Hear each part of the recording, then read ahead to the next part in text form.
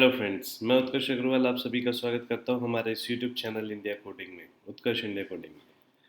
हमारा ये lecture number 6 है। अभी तक हम लोगों ने सी के ऊपर प्रोग्रामिंग करना सीख रहे हैं और इसके साथ साथ मैं जावा की लेक्चर्स भी डाल रहा हूँ, आप उसको रेफ़र कर सकते हैं। एक चीज़ और ध्यान दीजिएगा कि हम लोग अभी तक इसके अंदर जो कुछ भी सीखे हैं सी प्रोग्रामिंग में, वो एक छोटी छोटी चीज़ें थी, जैसे कि हमको इंट में इनपुट लेना है और प्रिंट करना है कैसे होगा, फ्लोट में इनपुट लेना है प्रिंट करना है कैसे होगा, ये सारी चीज़ें हमारी इसके अंदर डिस्क्राइब की जा चुकी हैं। ठीक है। इसके बाद हम लोग नेक्स्ट पार्ट में आते हैं स्ट्रिंग के ऊपर। स्ट्रिंग के ऊपर भी मैं आपको आज एक छोटा सा कॉन्सेप्ट ही दूंगा कि किस तरह से यूज़र इनपुट दे सकता है और किस तरह से हम उसको प्रिंट कर सकते हैं। क्योंकि सी में क्या है कि थोड़े थोड़े चेंजेस आते रहते हैं आपके ज़रूरत के हिसाब से, तो ज़रूरत के हिसाब से अपने को क्या है मेंटेन करना पड़ता है कि हमको एक सिंटेक्स याद रखने पड़ते हैं। तो इंट हो गया है, फ्लोट हो गया है हमारे लेक्चर नंबर 3 एंड 4 एंड 5 में। अभी हम लोग लेक्चर नंबर 6 पे हैं। इसमें हम लोग स्ट्रिंग के ऊपर एक छोटा सा प्रोग्राम करेंगे कि यूज़र कैसे हमें इनपुट दे सकता है और कैसे हम इसको प्रिंट कर सकते हैं। ठीक है। तो चलिए शुरू करते हैं हमारे आज के प्रोग्राम से। आज हम लोग देखेंगे स्ट्रिंग का program. Write a program to get the string from user and simply print it. We are not going to do any other operations over here on the string.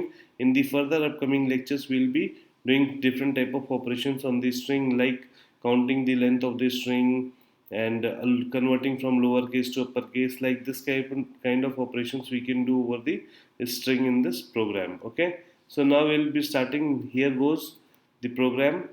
Include studio.h. It is basically for input and output. Okay, again it is the header file for input and output. Don't forget string dot h. This is the second header file to handle the string. जब हम handle the string, जब कभी हम programme बना रहे हैं, then in that case what we need to know that for using any kind of string operations, for handling any kind of string operation in our program, first of all we need to include our header files, because without header files the string operations won't be acceptable in the program. Okay, so now we will be continuing with the main part of the program. Here you can see int main is the main part of the program where we are going to code. Okay, our code is basically limited into this parenthesis bracket. ठीक है, इस bracket के अंदर हम लोग limited है. There after we goes with the variable a is what it is the is what it is basically the string variable, and 100 is what length, maximum length that a can hold. Okay, a variable can hold. ठीक है, that a variable simple means that the length of the string should not be greater than 100 words. Okay, got it?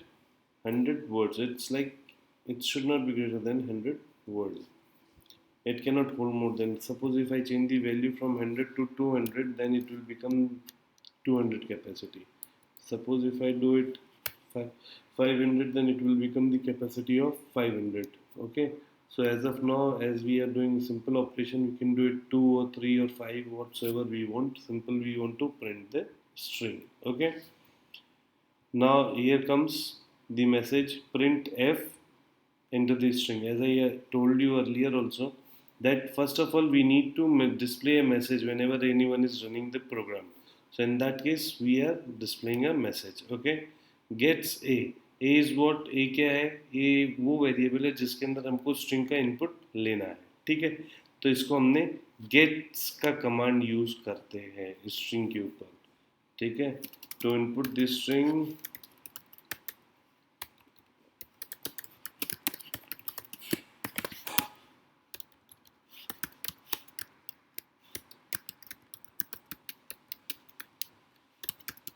ठीक है, gets command का use करेंगे. ठीक है, इसका syntax देख लो. गेट्स ब्रैकेट में जिस जिस भी वेरिएबल में हमें स्ट्रिंग यूजर्स इनपुट लेना है वो वेरिएबल हम लिखेंगे इसके अंदर. ठीक है ना. अब हम लोग आते हैं प्रिंट एफ पे. प्रिंट एफ में क्या कर रहे हैं, सिंपल, अभी तो हमने प्रिंट इस यूज़र से इनपुट तो ले लिया, अभी क्या करना है अपने को क्या है कि इसमें आउटपुट देना है, प्रिंट करना है स्क्रीन के ऊपर जो हमने यूज़र से इनपुट लिया। तो उसमें भी देखो एक ट्रिक है, ट्रिक ये कि प्रिंट एफ कमांड करने के बाद जैसे हम लोगों ने देखा था फ्लोट में चेंज हुआ था, इंटीजर में परसेंटाइल डी लगता है, सिमिलरली जब स्ट्रिंग प्रिंट करना है तो परसेंटाइल एस लगेगा, क्या लगेगा, परसेंटाइल एस, ठीक है। ये भूलने की ज़रूरत नहीं है। इसके बाद हमको स्ट्रिंग किस में था, हमारा ए वेरिएबल में था, तो कॉमा लगाना है इस पे। ये तो मैसेज वाले पार्ट में आपको डबल इन्वर्टेड कॉमा में यहाँ तक लिखना है, इसके बाद एक सिंगल कॉमा लगाना है और उसके बाद जिस वेरिएबल में स्ट्रिंग स्टोर है उसको हम मेंशन करेंगे, ब्रैकेट क्लोज करेंगे और सेमीकोलन लगा देंगे, ठीक है। और रिटर्न टाइप हमने 0 कर दिया। अभी हम लोग देखते हैं कि इसको एग्जीक्यूट करते हैं तो हमको क्या मिलता है, enter the string. Enter the string क्या है, ये हमारा यहाँ पे मैसेज है, ये जो प्रिंट हो गया। इसके बाद हमने गेट से ले रखा है, यानी कि अभी हमें कुछ एंटर करना है, वो क्या होगा, यूज़र के पास चला जाएगा। सपोज उत्कर्ष इंडिया कोडिंग प्रिंट, ठीक है, एंटर मैंने कर दिया। The enter string is Utkarsh India coding, clear है। कहीं इसमें कोई डाउट। सपोज इसमें अब मैं आपको 2-3 कंडीशन देता हूँ। सपोज मैंने दिया कि स्ट्रिंग की लेंथ 5 कर दी मैंने, ठीक है। अब 5 करने के बाद मैंने रन किया and I have entered the string Utkarsh India coding, तो एरर देगा या 5 तक ही होल्ड किया है उतना ही प्रिंट करेगा। तो क्या, stack smashing detected, terminated aborted, क्यों हो रहा है, क्योंकि ये हमारा स्ट्रिंग इस लेंथ से ज़्यादा था जो हमने इनपुट दिया। हमारी कैरिंग कैपेसिटी 5 थी और हमने ज़्यादा दे दिया। Suppose if I enter 50, then in that case see what happens, Utkarsh India coding. Now see, the string what I have entered is acceptable. Okay? So इस चीज़ का ध्यान देना, कोई भी प्रोग्राम हम करते हैं स्ट्रिंग के ऊपर तो ये जो हमारा पार्ट होता है, ये वाला पार्ट, ये स्ट्रिंग का कैरेक्टर का होल्डिंग कैपेसिटी, वेरिएबल का होल्डिंग कैपेसिटी कितना रहेगा वो डिफाइन करता है। इसको हम void मेन से भी कर सकते हैं। देखो void मेन, जो void मेन करेंगे तो ये रिटर्न को हम हटा देंगे, this is not required. Okay, so in that case let's see, enter the string, suppose Utkarsh India coding. Now see, run हुआ। तो we can do different types of patterns can be followed to get operations on string, but अभी हम simple सा एक ये method सीख रहे हैं।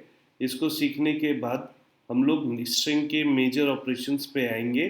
और अगर आपको कोई भी डाउट होता है, कोई भी आपको लगता है कि मुझे ये चीज़ नहीं समझ में आ रही है, मुझे सीखनी है या समझनी है, तो आप मुझे डिस्क्रिप्शन में लिख सकते हो, कमेंट कर सकते हो। डेफिनेटली मैं आपके सारे सवालों का जवाब वहाँ पे दे दूँगा, ठीक है।